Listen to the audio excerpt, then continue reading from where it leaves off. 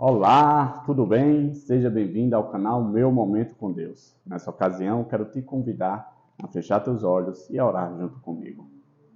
Senhor Deus, estás nos céus. Obrigado, Pai, por mais uma vez termos a oportunidade de te engrandecer por meio desse momento singular, onde nós dedicamos esses minutos para meditar na tua palavra. Que o Santo Espírito esteja conosco, nos ensinando a tua boa e perfeita palavra. Perdoa os nossos pecados. Em nome de Jesus Cristo. Amém. O tema de hoje é a ideia original. Quero convidar você a abrir a sua Bíblia no Evangelho de Mateus, capítulo 19, versículo 8, que diz assim, Respondeu-lhe Jesus: Por causa da dureza do vosso coração é que Moisés vos permitiu repudiar vossa mulher. Entretanto, não foi assim desde o princípio. Naquela situação, alguns fariseus, querendo colocar Jesus à prova, querendo fazer com que ele entrasse em contradição, negasse uma afirmação para assim se ver em maus lençóis, chegaram para ele e perguntaram: olha, é errado repudiar a mulher por qualquer situação? Se Jesus dissesse que sim, Jesus estaria indo contra uma ordenança de Moisés. Se Jesus dissesse que não, Jesus estaria, de certo modo, afirmando que era algo bonito de se fazer. E aí, você sabe, Jesus ele não se preocupa em estar bem aos olhos das outras pessoas, mas sim em praticar o bem. E aí, Jesus, como um bom judeu que era, ele respondeu fazendo meio que uma pergunta. Era assim que funcionava desde o princípio? Como foi a origem de todas as coisas?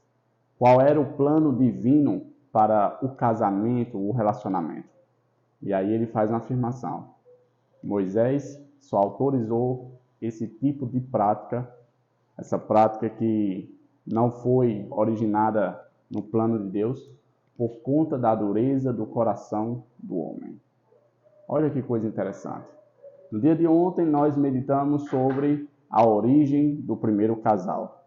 E ali nós vimos que desde o início, o casamento, a unidade de duas pessoas, era plano de Deus. E que essa unidade de dois corpos, de sexo diferente, fez toda a diferença.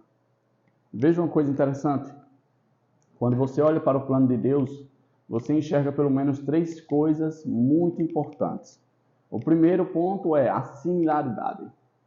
Dentro de um casamento harmônico, dentro de um casamento que segue a direção de Deus, o plano divino, o homem ou a mulher, ele não se coloca de maneira superior ou inferior dentro do casamento. Ambos foram feitos à imagem de Deus. Ambos estão no mesmo pé de igualdade. Isso é uma bênção, porque um casamento bem ajustado não menospreza, não rebaixa o outro parceiro. Um outro ponto interessante que a gente pode tirar do ponto da origem, onde tudo começou, é o sentimento de complementaridade. O que é isso, Davi? É quando o parceiro complementa o outro, fazendo assim com que ele tenha uma existência plena. Você tem complementado o seu parceiro? Você tem, de certo modo, agregado na vida dele, fazendo com que ele desperte o melhor de si mesmo? Certa vez chegaram para mim e disseram: Davi, tu é uma bênção. Olha, você cresceu muito, amadureceu muito. Quem era você, aquele rapaz, não sei o quê? E aí olhei para minha esposa e disse: olha, se eu me tornei o homem que sou, foi graças a ela. Porque com muita luta ela insistiu. E graças às insistências delas e ao poder de Deus, foi que eu me transformei na pessoa que eu sou. O casamento é uma bênção para o homem e para a mulher, pois é dentro do casamento que nós crescemos e amadurecemos e nos tornamos a nossa melhor versão. Sabe outra coisa que estava presente no casamento do Éden? Exclusividade. Você não vê Deus criando um casal que fosse diferente de duas pessoas. Um casal que ali tivesse 3 pessoas dentro do relacionamento, um casal que tivesse 4, ou talvez uma multidão, como a gente vê no caso de Salomão. Não. Deus criou homem e mulher, apenas um par. E isso era suficiente. Se assim não fosse, você acha que Deus não iria complementar? Você acha que Deus não iria adicionar? Mas não. Quando Deus formou o casal, ele disse, e viu Deus que era muito bom. Não precisava de mais nada. Exclusividade. Nos dias de hoje, é algo que tem caído bastante em desuso. Na época de Jesus, isso já era uma prática. E olha que nós estamos falando há mais de 2000 anos atrás, para você ter uma ideia. Naquela época, para você ter uma ideia, havia uma prática chamada poligamia sucessiva. Sabe o que é isso? Quando você simplesmente não se dava bem com o cônjuge, você deixava ele de lado e adquiria novo matrimônio. Talvez nos dias de hoje essa prática recebeu um novo nome, como por exemplo, incompatibilidade.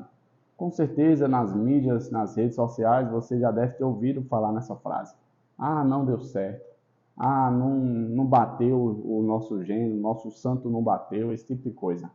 Mas sabe, como Jesus afirmou, no princípio não era assim.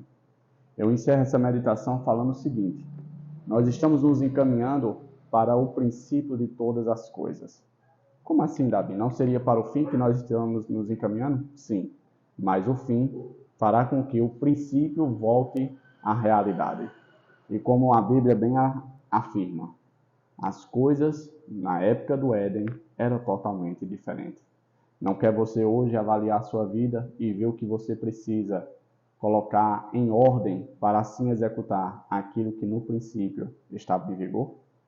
Fica com Deus, Papai do Céu te abençoe. O nosso encontro está marcado para amanhã e eu te espero aqui pela graça de Deus. Até a próxima. Tchau, tchau.